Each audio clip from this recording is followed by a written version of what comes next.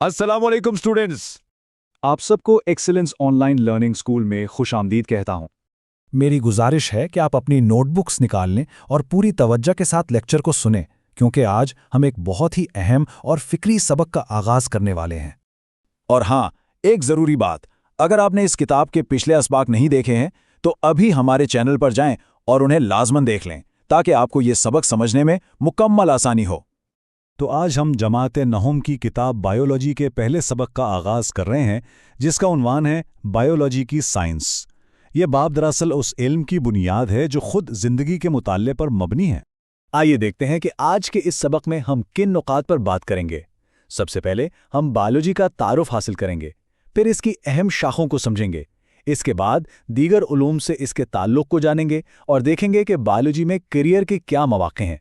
आखिर में हम सबक का खुलासा और पैगाम समझने के बाद कुछ इम्तिहानी सवालात पर भी गौर करेंगे। तो चलिए अपने इल्मी सफ़र का पहला कदम उठाते हैं और बायोलॉजी की तारीफ से आगाज़ करते हैं। बायोलॉजी क्या है? ये दरअसल ज़िंदगी का साइंसी मुतालिया है।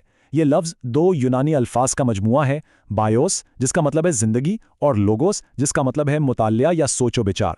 तो सादा अल्फाज में बायोलॉजी वो इल्म है जो ज़मीन पर मौजूद हर जानदार शय, चाहे वो एक छोटा सा जरसूमा हो या एक बहुत बड़ा दरख्त हो, उसकी साख्त, अफ़आल और ज़िंदगी के दीगर पहलुओं का अहाता करता है।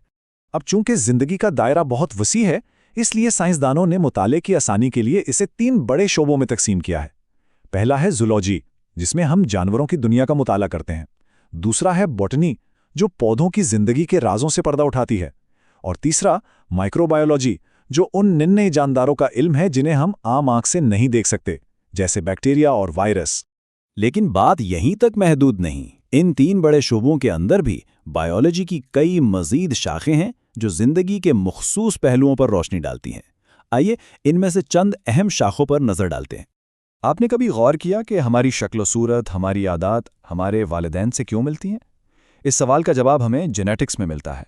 ये बायोलॉजी की वो शाख है जो विरासत का मुताला करती है, यानी खुसूसियात किस तरह वालिदैन से औलाद में मुंतकिल होती हैं। इसी इल्म की बदौलत आज हम जीनियाती बीमारियों को समझने और बेहतर फसलें उगाने के काबिल हुए हैं। बायोलॉजी के मुख्तलिफ शाखें ज़िंदगी को मुख्तलिफ ज़ावियों से देखती हैं। मिसाल के तौर पर मॉर्फोलॉजी हमें जानदार की बैरूनी साख्त के बारे में बताती है। एनाटमी उसके अंदरूनी आज़ा का मुताला करती है। फिजियोलॉजी ये समझाती है कि ये आज़ा काम कैसे करते हैं। हिस्टोलॉजी उन्हीं आज़ा की बाफ्तों यानी टिश्यूज़ का खुर्दबीनी मुताला है।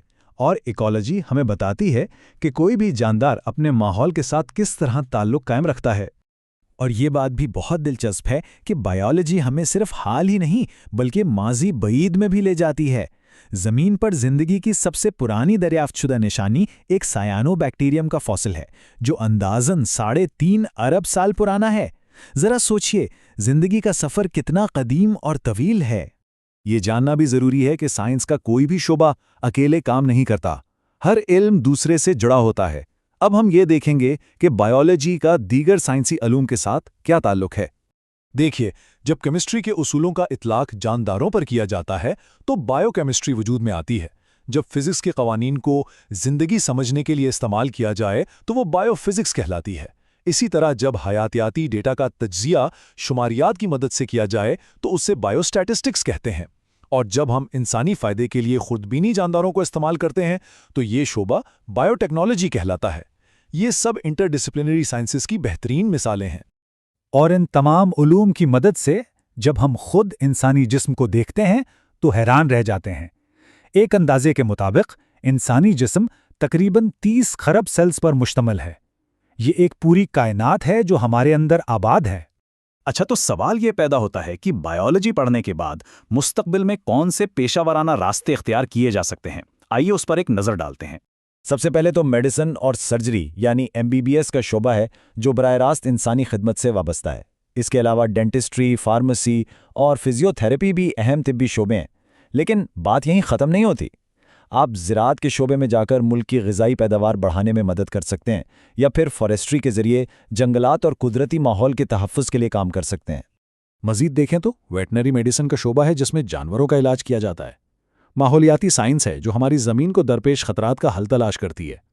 اور آج کے جدید دور میں بائیو انفارمیٹکس اور فورینزک سائنس جیسے نئے اور دلچسپ شعبے بھی موجود ہیں جہاں بایولوجی کو کمپیوٹر اور قانون کی مدد کے لیے استعمال کیا جاتا ہے۔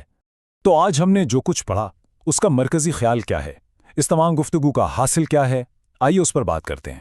اس سبق کا خلاصہ یہ ہے کہ بایولوجی صرف حقائق اور تعریفوں کا مجموعہ نہیں ہے، دراصل یہ زندگی کو سمجھنے کا ایک نظریہ ہے۔ یہ وہ علم ہے جو ہمیں نہ صرف یہ بتاتا ہے کہ ہم کیا ہیں، بلکہ یہ بھی سکھاتا ہے کہ ہم انسانیت کو درپیش چیلنجز جیسے بیماریاں، غذائی قلت اور ماحولیاتی آلودگی کا مقابلہ کیسے کر سکتے ہیں۔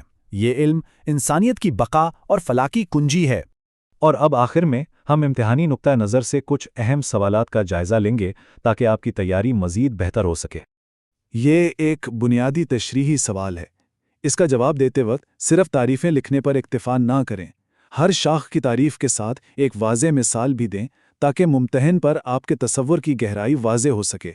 مثال کے طور پر آپ انسانی دل کی مثال دے کر ان تینوں شاخوں میں فرق واضح کر سکتے ہیں۔ یہ ایک تصوراتی سوال ہے جو آپ کی تنقیدی سوچ کی جانچ کرتا ہے۔ ذرا سوچئے، بائیو ٹیکنالوجی سے ہم نئی مصنوعات جیسے انسولن یا بہتر بیج بناتے ہیں۔ بائیو اکنامکس ان مصنوعات کی معاشی حیثیت یعنی لاگت اور منافع کا جائزہ لیتی ہے۔